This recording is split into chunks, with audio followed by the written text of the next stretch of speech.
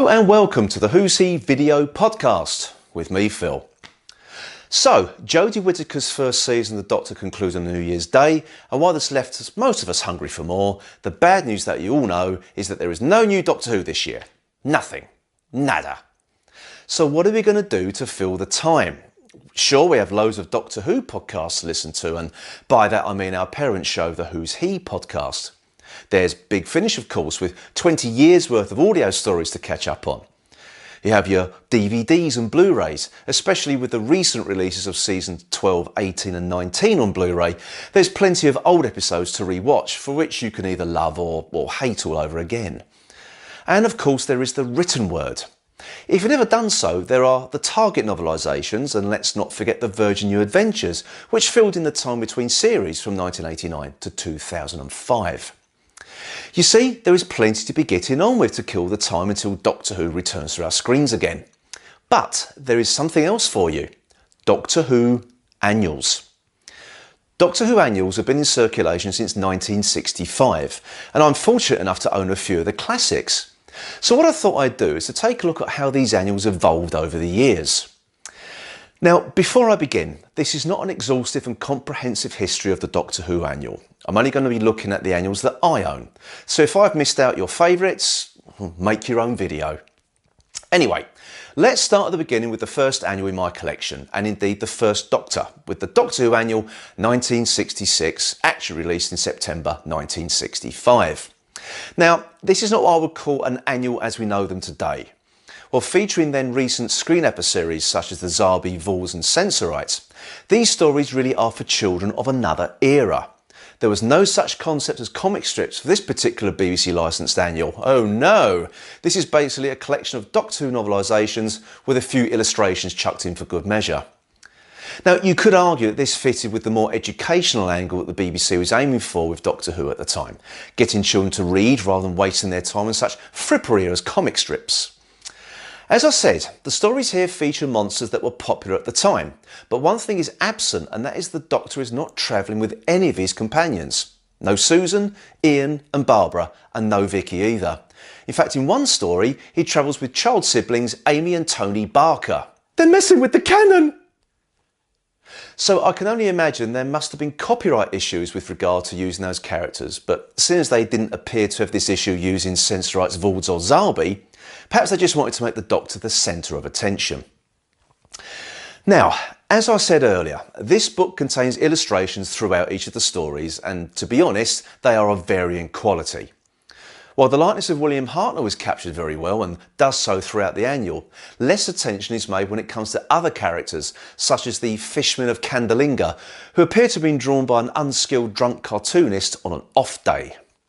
But, as you will see in the next one in my collection, the Doctor Who Annual 1973, things hadn't really moved on that much.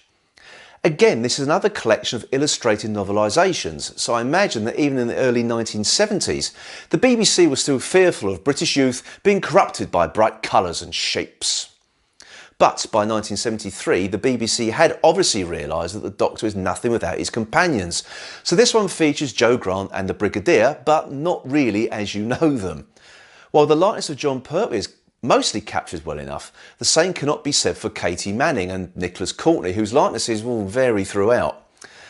I can only surmise that the BBC couldn't obtain their likeness for the illustrations, so it was left to the artist's interpretation. Also scattered throughout this annual are a few puzzles, something that is still prevalent in annuals to this day, and they were something that used to keep me entertained during the Christmas holidays. But let's have a closer look at that photo of the puzzle example again. Just what is the Brigadier doing to the Doctor to make him pull that face? I shudder to think, but right now slash fiction writers are going crazy. But now we jump to 1975 and that year's Doctor Who annual. And the inside cover just seems to sum up that period of the 1970s. It's trippy, man. Really trippy.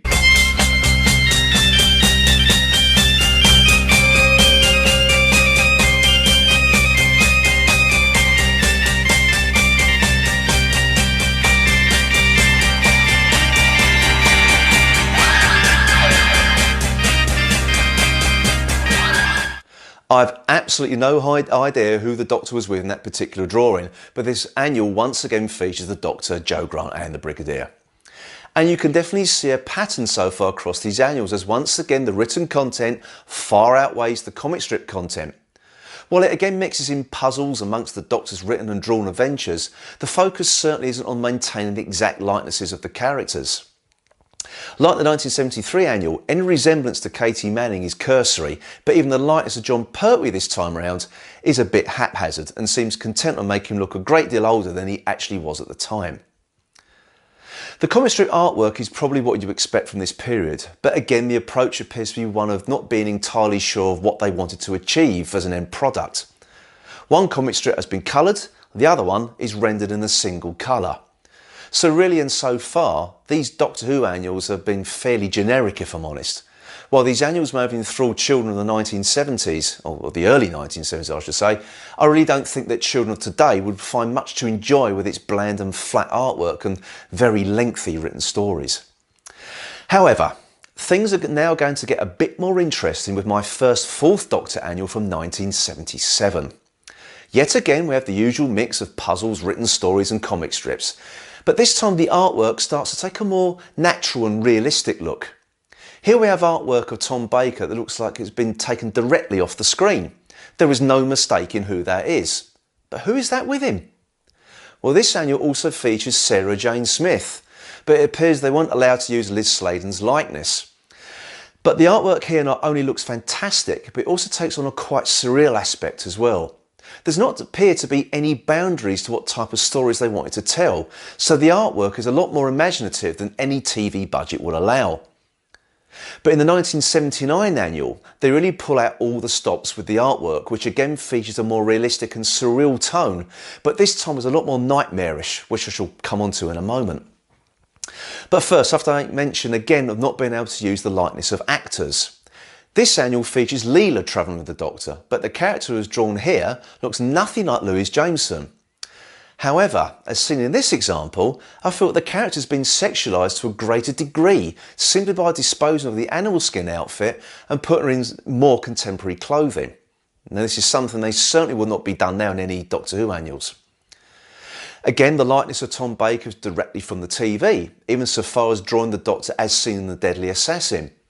But once again the artwork is full of imagination and seems to me to be too good to be used in a short comic strip aimed at kids.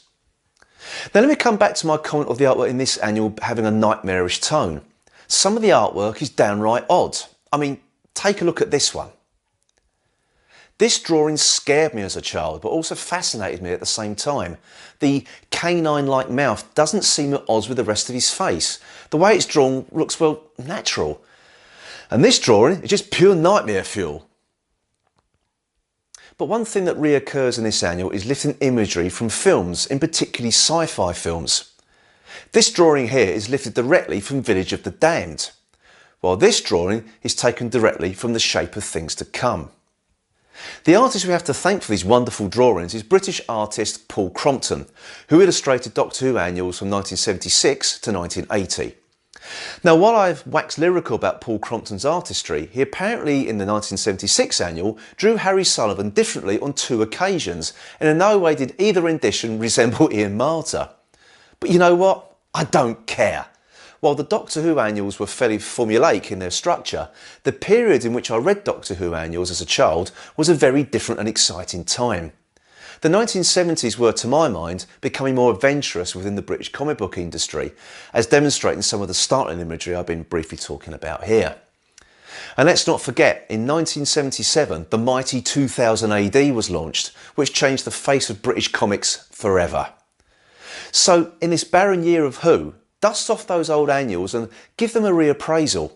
In these anodyne times, looking at these old annuals again might just give you a little shot of Doctor Who adrenaline, which I think we could all certainly do with. See you next time.